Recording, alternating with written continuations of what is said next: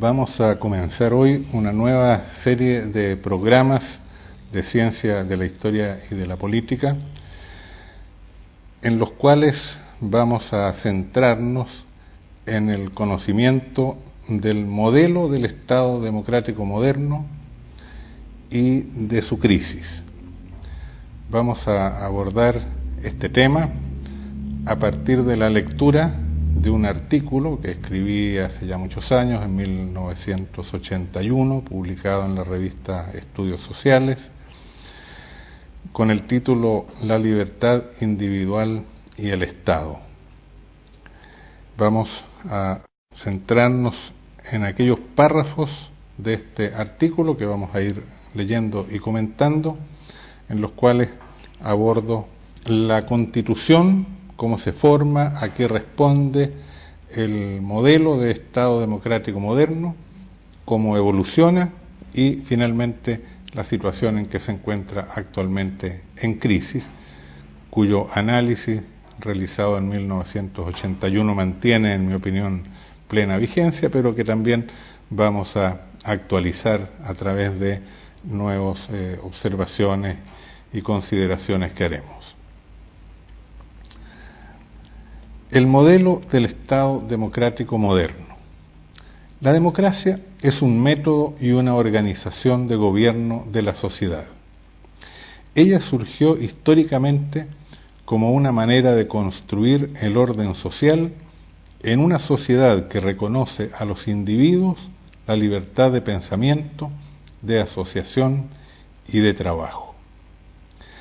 Disueltos los vínculos tradicionales, medievales, entre los hombres, dados por la adhesión de todos a un mismo sistema de ideas y creencias, por la adscripción a funciones productivas predefinidas que se heredaban de padres a hijos, y por la pertenencia estable a grupos jerárquicamente ordenados, la sociedad adquirió en los albores del mundo moderno una movilidad y un dinamismo tal que el problema del orden social necesario se presentó en un nivel cualitativamente superior y más complejo que el que había tenido en todas las sociedades anteriores. Estamos haciendo referencia a la democracia tal como se ha constituido como forma de organización del Estado y forma de gobierno en la época moderna. La vamos a considerar como hecho histórico, como proceso que se constituyó en determinadas sociedades, especialmente en Europa y más en general en el mundo occidental. Surge como respuesta a unos problemas reales y a nuevas situaciones que se crearon. No tiene sentido hablar de una democracia, de un sistema político que caracterizamos como democrático, sino allí donde se reconozca a los individuos la libertad de pensamiento, de asociación y de trabajo. La libertad de pensamiento, de asociación y de trabajo es algo que surge en la edad moderna. El individuo libre, al cual se le reconoce su derecho a pensar libremente, su derecho a organizarse y a crear asociaciones con las otras personas con las que desee, y que se le reconoce también el derecho a desarrollar iniciativas económicas, empresariales, trabajar por su cuenta, es un fenómeno moderno.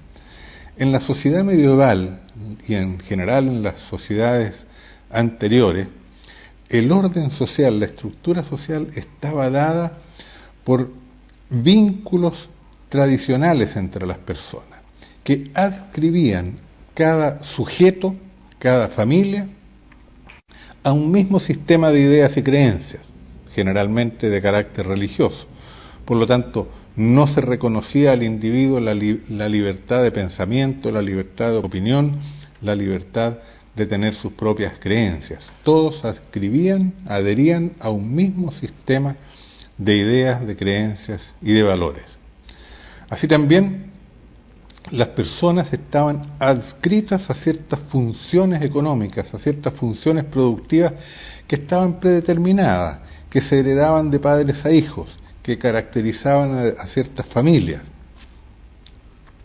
Y se sabía que las tareas económicas de unos eran producir en la tierra a través de la agricultura, otros debían generar actividades artesanales, pequeñas manufacturas, etcétera. Otros cumplían funciones administrativas, pero las personas en general no tenían libertad, no tenían movilidad económica, no podían por su cuenta decidir: voy a crear una empresa, voy a trabajar en lo que yo quiera, sino que había una situación predeterminada.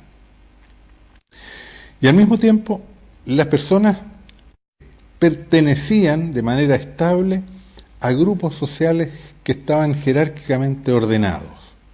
O sea, no había libertad de asociación. Las personas pertenecían a ciertas comunidades, a ciertos niveles de organización jerárquico de la sociedad, determinados por el villorrio, la aldea, la ciudad donde vivían, y cada uno estaba adscrito a un determinado nivel dentro de esa estructura social que también se heredaba, que también era consuetudinario, donde había escasísima movilidad. Es con el surgimiento de la modernidad, en los albores de la época moderna, que surge el individuo. El ser humano entendido como individuo es el ser humano al cual se le reconocen ciertos derechos por el hecho de ser individuo y se le reconocen ciertas libertades por el hecho de ser un individuo humano. Y esas libertades son la libertad de pensar libremente, por lo tanto de distanciarse, de no adherir a las concepciones, a las creencias a las cuales tradicionalmente se estaba adscrito, cambiar de actividad económica, salirse del entorno de las organizaciones sociales en que estaban y crear sus propios grupos, sus propios vínculos con quienes quisieran, libertad por lo tanto de asociación, y también libertad económica, libertad para tener una propiedad individual, para desarrollarla, para hacer negocios, para crear empresas, etcétera. Cuando surgen estas libertades, entonces cambia el problema social, se hace necesario construir un orden colectivo, un orden social que asuma esta realidad, que asuma la realidad de que existen individuos libres, que piensan por su cuenta y que por lo tanto se diversifican las concepciones del mundo, las ideas, las maneras de pensar, surgen nuevas organizaciones totalmente originales basadas en la autonomía de la voluntad de los individuos que se asocian libremente y que también desarrollan sus propias actividades económicas.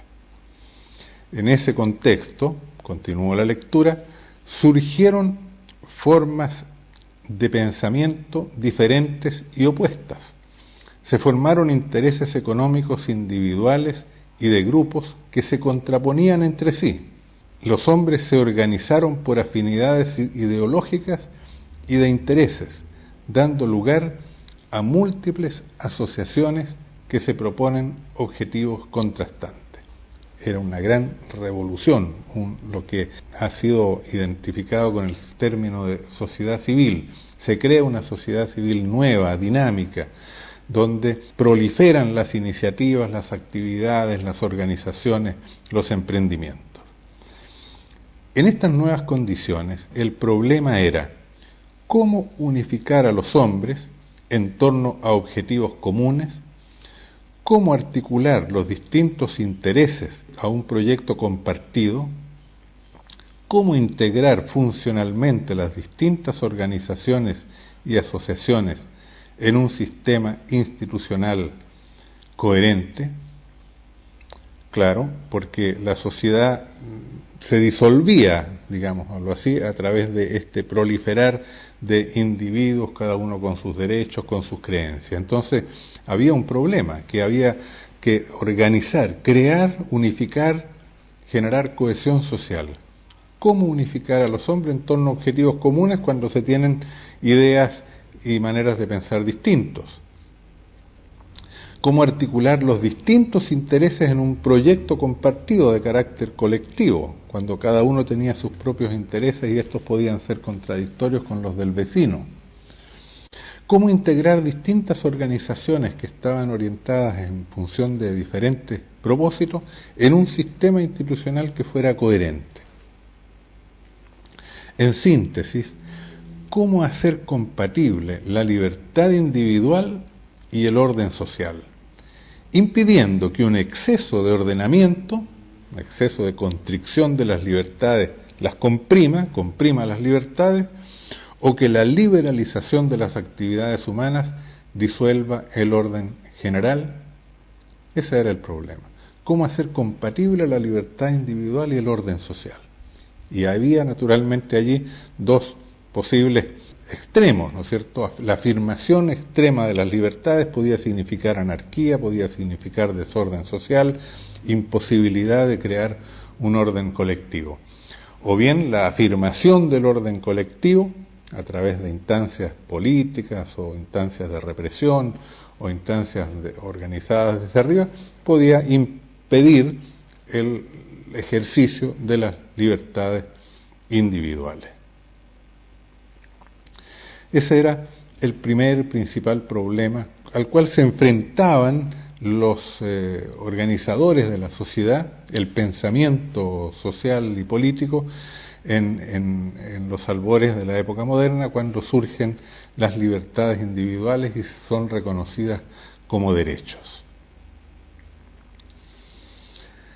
Continúo la lectura. Pero este es solo un nivel del problema, y quedarse en él podría ser una simplificación. En el orden social anterior, entre el sistema de dirección y poder, o sea, la sociedad política, usando la terminología de Hegel, y el sistema de actividades económicas, sociales y culturales, siempre en lenguaje hegeliano, la sociedad civil, existía organicidad, o sea, existía organicidad entre la sociedad política y la sociedad civil. Se trataba de un orden jerárquicamente dispuesto, donde cada grupo social y cada tipo de actividad se mantenía en su propio espacio vital, y donde los dirigentes y los dirigidos tenían una misma moral y un mismo cuerpo de ideas, compartían objetivos, compartían maneras de pensar, de carácter fundamentalmente religioso, que los vinculaba entre sí y los ligaba en una fidelidad superior. Todos mantenían una cierta coherencia, aun cumpliendo funciones distintas, siendo unos dirigentes y otros dirigidos, estando unos en la administración de la sociedad y otros en el ejercicio de las actividades prácticas, pero todos de alguna manera adherían a una misma concepción religiosa, mantenían una misma fidelidad a ciertos sentidos de la vida, a ciertos proyectos más generales de carácter muchas veces religioso. La posterior disolución, la progresiva disolución del orden medieval y la paulatina afirmación de las libertades fueron provocando una escisión o separación entre la sociedad civil y la sociedad política. Ya se va rompiendo esa organicidad.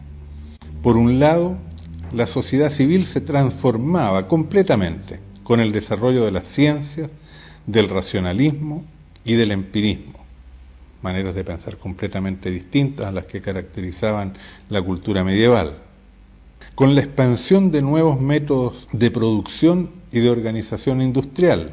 La sociedad civil también está compuesta por todas las actividades económicas, y estas cambian radicalmente a partir de la aplicación de la ciencia a la organización de la producción, cambian las tecnologías, cambian las maneras de relacionarse los sujetos, los individuos en el mercado. Con la formación de la burguesía y de nuevas clases sociales, que son fenómenos también que aparecen vinculados a ese fortalecimiento y desarrollo de una nueva sociedad civil. Con el despliegue de las ideologías y de los partidos políticos que las impulsaban. Inicialmente no eran partidos políticos, eran asociaciones, eran clubes, eran organizaciones protopolíticas o protopartidos, podríamos definirlas, pero que agrupaban a conjuntos de personas sobre la base de que compartían una misma orientación ideológica o que representaban ciertos intereses que querían afirmar en la sociedad. Entonces surgían todas esas organizaciones que se contraponían entre sí. Todo eso es el proliferar y el despliegue de una sociedad civil extraordinariamente dinámica. Por otro lado, el poder político reacciona autoritariamente en su esfuerzo por conservar o restaurar el antiguo orden. Trata de asegurar para sí, por lo menos, el monopolio de la violencia y de la administración burocrática.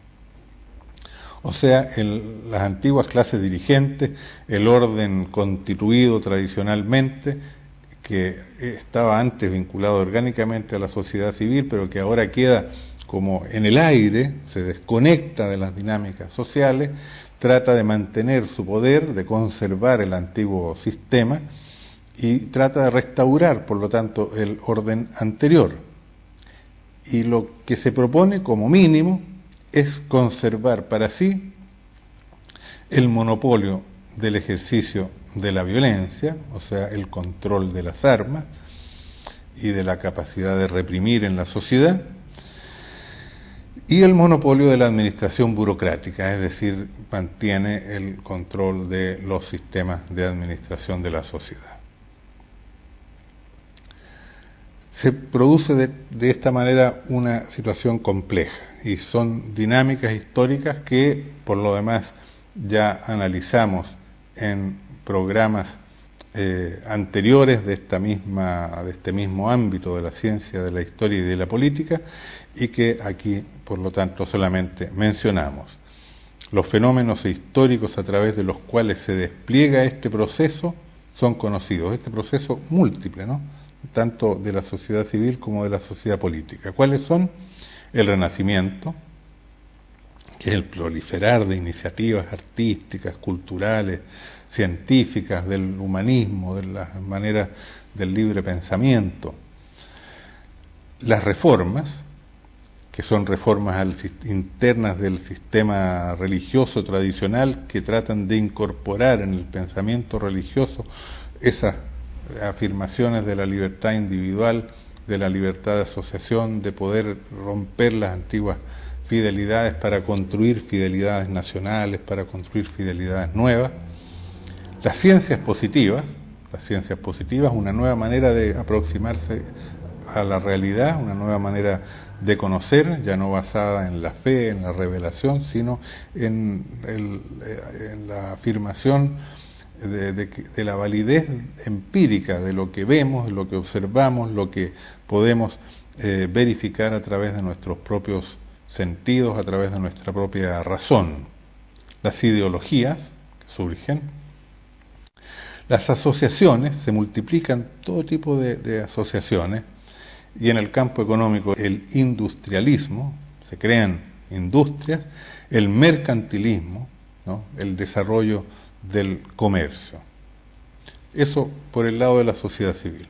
Por el lado de la sociedad política, formación de ejércitos permanentes, desarrollo de la burocracia, contrarreforma, o sea, la lucha contra los poderes, contra esas libertades, contra esas nuevas asociaciones, contra esos procesos de cambio, el absolutismo, la creación de un poder monárquico, autoritario, que trata de afirmar el control sobre la sociedad en un territorio determinado, por el lado de la sociedad política.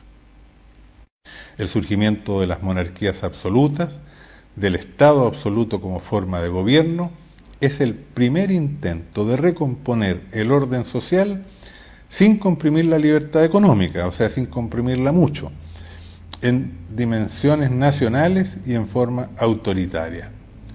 Pero el Estado absoluto fracasa, pues en realidad no hace sino cristalizar la separación entre sociedad civil y sociedad política, entre dirigentes y dirigidos. Esos sistemas políticos que tratan de construir una unidad nacional, territorial, afirmando un poder absoluto del Estado, un poder monárquico, pero que al mismo tiempo tienen que asumir que la sociedad ya conquistó las libertades, ya mantiene toda esa dinámica, ya se están dando esas innovaciones en la producción, en el comercio, en el pensamiento. Bueno, pero fracasa porque ese modelo del Estado absoluto no logra articular sociedad política con sociedad civil, se mantiene la inorganicidad y hay contradicción de intereses y de ideas y de proyectos entre lo que se postula desde el ámbito del Estado absoluto, o sea, desde la sociedad política, y lo que se va desplegando desde la sociedad civil. Y entonces surge el segundo, el otro problema que está asociado al que indicamos, al cual debe responder una nueva concepción política que va a ser finalmente la concepción de la democracia. El problema era cómo construir una nueva organicidad, cómo superar la separación entre la sociedad civil y la sociedad política, cómo elaborar una nueva unidad entre dirigentes y dirigidos en un nuevo orden social que no niegue la recién conquistada libertad individual y tenga en cuenta la enorme diferenciación que se ha producido a todo nivel en la vida social.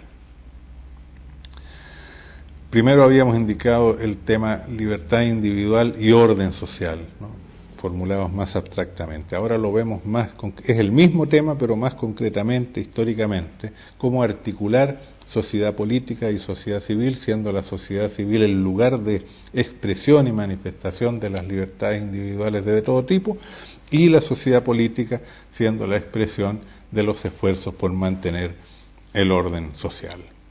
Son estos los interrogantes que, sumados a los que indicamos anteriormente, se plantean una serie de pensadores políticos que elaboran el proyecto de un Estado democrático moderno. O sea, frente a estos problemas hay una respuesta, hay una elaboración teórica, surgen un conjunto de pensadores que proponen una solución, una respuesta. El modelo que construyen y que progresivamente, a través de largos y complejos procesos revolucionarios, se va estructurando primero en Europa y que se va extendiendo luego a otras regiones del mundo, contiene un conjunto de elementos que hoy día podemos entender o caracterizamos como el modelo de una democracia moderna. ¿Cuáles son estos contenidos fundamentales, estas ideas esenciales de la democracia moderna? Primero, autonomía de la sociedad civil respecto de la sociedad política. Las actividades culturales, religiosas, científicas, políticas y económicas tienen en la sociedad civil un espacio de desarrollo libre y competitivo, de modo que en su desarrollo abierto a todas las búsquedas y expresiones creativas se va definiendo el curso de la historia y la evolución de la sociedad.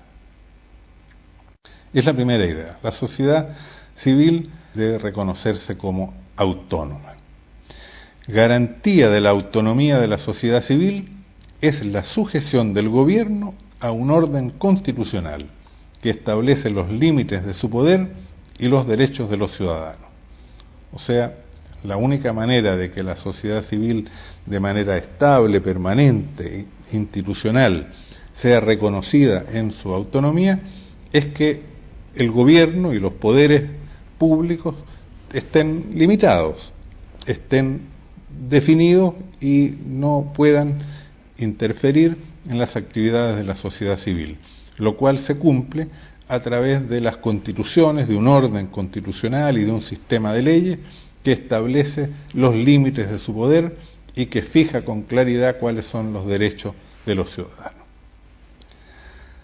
Segundo, representación de la sociedad política y de los poderes públicos. El poder político debe ser representativo de la sociedad civil en sus distintas y múltiples expresiones. De manera que la legitimidad de los poderes se construye en la sociedad civil y se manifiesta a través de la expresión de la voluntad soberana del pueblo. O sea, el poder político ya no corresponde a una herencia familiar, ya no corresponde a los reyes, a los príncipes, no deriva de una autoridad religiosa que lo impone, sino que la legitimidad del poder político tiene que ser derivada de la sociedad civil. Es la sociedad civil donde se genera el proceso de legitimación de los poderes. Y esto implica que la voluntad soberana del pueblo se expresa en la elección de los gobernantes. Instrumento principal de la representatividad del Estado es el voto libre, universal y secreto, a través del cual se escoge a los gobernantes y se delegan los poderes legislativos en una asamblea en la que tienen expresión proporcional todos los intereses, corrientes de pensamiento y tendencias políticas que tengan relevancia en la sociedad civil. Es el principio de la representación. La sociedad política debe ser representativa de la sociedad civil. Los gobiernos y los poderes públicos no se autogeneran, sino que son generados desde abajo por los ciudadanos libres, a través de la expresión del voto universal y secreto, a través de las elecciones periódicas, etc. Tercer principio o componente: gobierno de las mayorías, con reconocimiento de los derechos de las minorías. Claro, ya no hay una unidad, hay diferentes maneras de pensar, de concebir distintos intereses. Hay que asumir que la institucionalidad del Estado no es monolítica, sino que tiene la estructura dual que contempla el gobierno de las mayorías y la oposición legítima de las minorías. Esto es un principio fundamental del modelo democrático. O sea, hay una multitud de maneras de pensar, pero tienen que unificarse, tienen que buscar la forma de constituir mayorías, tienen que asociarse, establecer alianzas, generar una situación para ser gobernable, para que el poder también, la sociedad política, cumpla realmente la función de ordenar, de organar, de organizar a la sociedad civil, tiene que tener un poder, una fuerza, y esta se la da la mayoría. Pero al mismo tiempo que se afirma el poder de la mayoría, que las mayorías decidan, se reconocen institucionalmente, constitucionalmente, los derechos legítimos de la minoría a hacer oposición, derecho legítimo a oponerse dentro de las ciertas normas establecidas, con el objeto de que la propia minoría pueda buscar, aspirar a ser mayoría y por lo tanto pasar de ser oposición a ser gobierno. Cuarto principio o criterio o cuarto componente fundamental de la democracia moderna es el carácter no ideológico del Estado. El Estado no tiene una ideología oficial permanente, es institucional y formalmente neutro respecto de las ideologías y formas de pensamiento, incluidas las concepciones religiosas, que se desarrollan en la sociedad civil. O sea, el Estado ya no tiene una ideología oficial, ya no tiene un conjunto de creencias definidas, puesto que va a ser llenada por aquellos que se vayan desarrollando desde la sociedad civil. Estas formas ideológicamente vacías del Estado se llenan de aquellos contenidos intelectuales y morales que se desarrollan autónomamente en la sociedad civil, siendo el Estado orientado cada vez o en cada periodo por aquellas concepciones que logren en la sociedad civil un desarrollo mayoritario o hegemónico. El Estado no adscribe a una religión, no adscribe a una ideología de manera permanente, pero opera con ideas, con valores, con éticas, con conceptos que son aquellos que se van imponiendo en la sociedad civil, adquiriendo hegemonía, es decir, siendo compartidos por esas mayorías que los expresan en sus representantes elegidos en los gobiernos.